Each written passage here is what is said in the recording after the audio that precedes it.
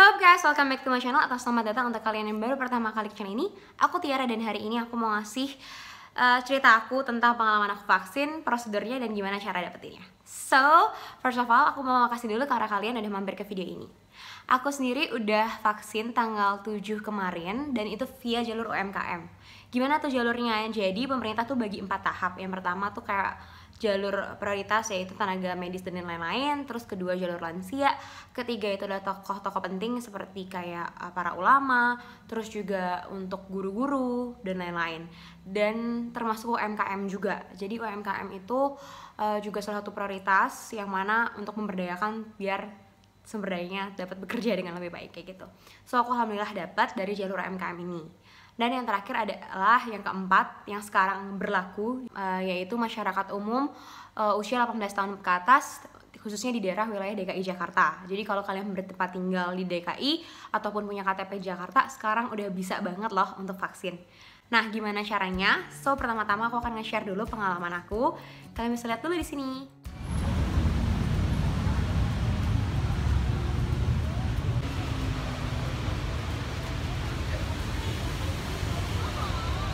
Oh, di sini ntar bareng sama ini, sama Fadil.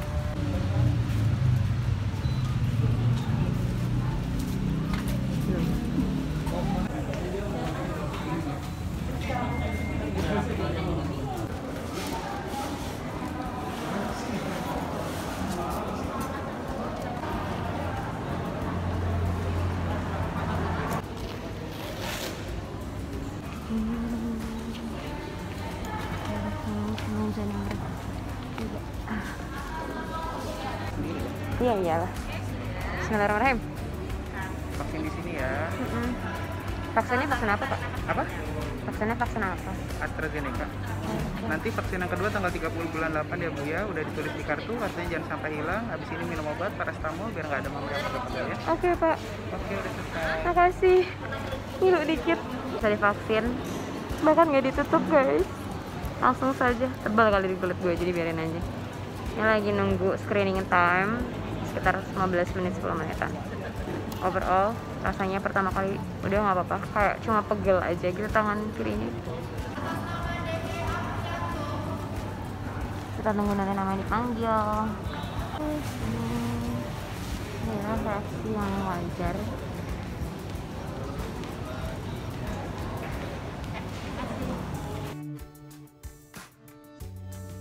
Dan selesai.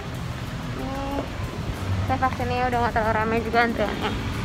Jadi better datang sebelum jam makan siang atau setelah makan siang banget. Jadi nggak terlalu lama antrinya. Nah, itu tadi pengalaman aku vaksin. Kebetulan di jalur UMKM ini aku lihat dari postingan Ci Agustin yang mana dia nge-share karena dia juga via UMKM, ada linknya khususnya gitu. Linknya memang Google Form, tapi kalau di swipe up itu beneran bakal dapet informasi tentang pendaftarannya. Nah, kalau kalian ngerasa UMKM, kalian bisa klik aja link di bio ini, akan aku cantumin juga untuk linknya. Selanjutnya gimana nih kalau misalkan aku nggak punya UMKM ataupun aku bukan tenaga medis maupun guru? Kalian bisa langsung ke puskesmas di sekitar kalian, khususnya kalau kalian di DKI Jakarta. Kalian akan diminta fotokopi KTP dan KTP-nya untuk verifikasi. Kayak gitu. Jadi kalian bisa langsung aja ke puskesmas yang ada untuk vaksin. Terus kalau misalkan aku cuma tinggal di Jakarta tapi aku nggak punya KTP Jakarta gimana? Kalian bisa banget minta surat pengantar dan keterangan dari RT dan RW setempat biar kalian bisa ikutan vaksin. Kayak gitu. Temen aku kemarin juga udah sempet nyobain. Kemarin dia buat surat pengantar lain-lain langsung bisa ke puskesmas daerah setempat, atau kalian juga bisa tanya ke RT setempat karena RT yang diinformasi ini tuh udah tahu wilayah mana aja sih selain puskesmas yang bisa dipakai untuk vaksin. Khususnya kalau kalian di daerah Matraman, kebetulan aku juga di daerah situ, kalian bisa ke Gramedia Matraman untuk vaksin karena mereka juga buka. Kalau dari pengetahuan aku, program ini terbuka sampai tanggal 30 Juni. Belum ada informasi perpanjangan lagi, dan itu berlaku selama hari kerja dari jam 7 pagi sampai 12 siang. Jadi make sure kalian udah dalam kondisi yang sehat. Nah, selanjutnya kita akan bahas gimana sih kondisi orang yang bisa untuk vaksin. Oke, yang pertama adalah kalian harus banget dalam kondisi sehat.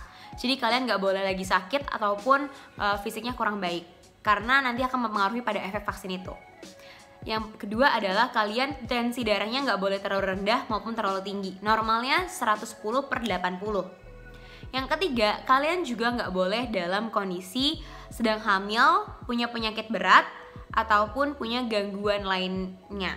Gangguan lainnya seperti apa? Maksudnya lebih ke arah penyakit berat tuh kayak kanker, itu nggak boleh. Alergi akan ditanyain lagi. Terus juga hepatitis, diabetes itu nggak boleh. Kelainan jantung, kelainan ginjal itu nggak boleh. Kelainan ya, tapi kalau misalkan pernah punya riwayat sakit, kalau misalkan operasi lebih dari 6 bulan atau vaksin lebih dari 6 bulan harusnya nggak masalah. Jadi vaksin yang sebelumnya lebih dari 6 bulan nggak masalah kayak gitu.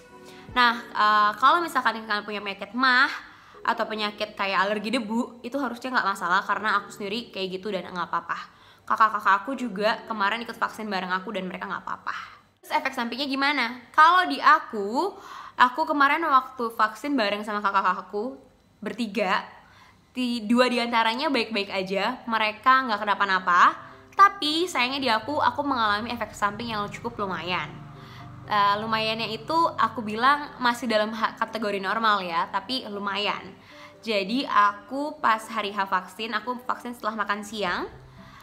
Tapi aku tetap kena efek laparnya setelah vaksin, which is itu normal. Tapi aku ngerasa abis itu aku badannya ngilu-ngilu dan pegel-pegel. Terus berlanjut ke sorenya, kepala aku mulai pusing. Aku ngerasa nggak bisa mikir banget, jadi aku nggak bisa kerja saat itu. Jadi jam 4 sampai jam 6 aku memilih untuk istirahat.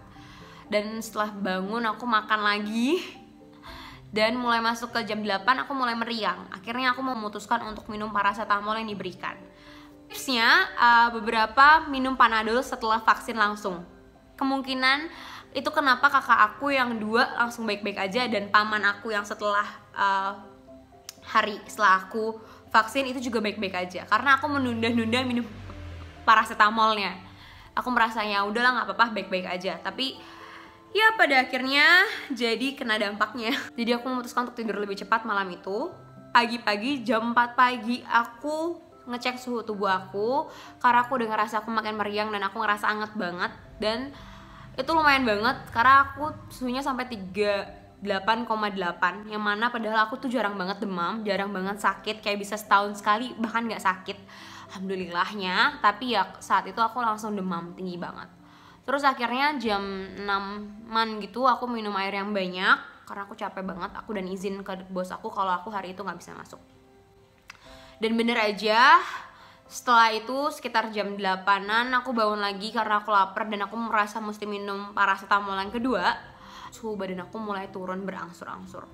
Yang aku keluhkan saat itulah aku demam tinggi, aku pegel banget, aku meriang, otot aku semua nyeri, aku kiri kanan serba salah karena semua tetap badannya pegel dan nyeri-nyeri banget. Kayak abis ditonjokin tapi gak ada lebamnya.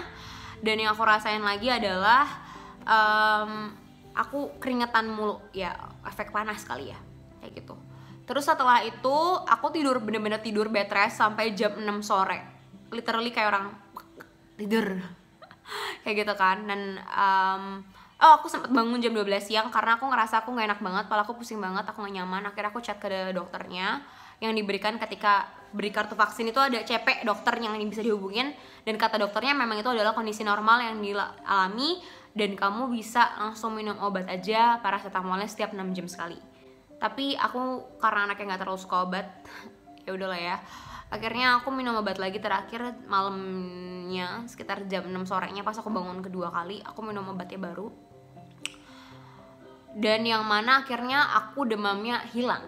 Jadi hari keduanya aku udah nggak demam lagi, bukan nggak demam sih, udah kayak hilang demamnya pas sore-sorenya, kayak gitu. Udah mulai bisa mikir. Tapi palaku masih nyeri dan pusing banget. Oh ya, satu lagi yang aku alami sampai besoknya lagi, jadi H+2 nya sampai tanggal 9 nya tuh aku masih jalan terhuyung-huyung. Jadi aku gak bisa jalan lurus, kayak orang mabok intinya. Jadi kayak nge-fly gitu, kayak jalannya ngeng gitu. Itu yang aku alami sampai siangnya. Jadi jam 9 aku siang tuh aku masih terhuyung-huyung. Aku full makan biasa aja, normal, terus minum air juga cukup, istirahat siang cukup intinya. Terus sorenya tanggal 9 aku udah mulai semangat lagi, udah bisa jalan-jalan lagi. Masih terhuyung-huyung, masih pusing, tapi kayak nggak pegel lagi, nggak nyeri lagi. Tapi wilayah tangan sebelah sini yang kena vaksin itu pegel banget sampai sekarang masih pegel banget. Ini udah H+6 aku vaksin Senin, sekarang hari Sabtu, dan aku masih pegel tangannya, tapi udah nggak sakit. Kemarin tuh pas diginiin tuh masih sakit, kalau sekarang udah nggak sakit sama sekali, kayak gitu. So itu pengalaman aku vaksin overall. Setelah 3 hari aku bed rest, sorenya aku mulai bisa kerja, udah bisa mulai mikir.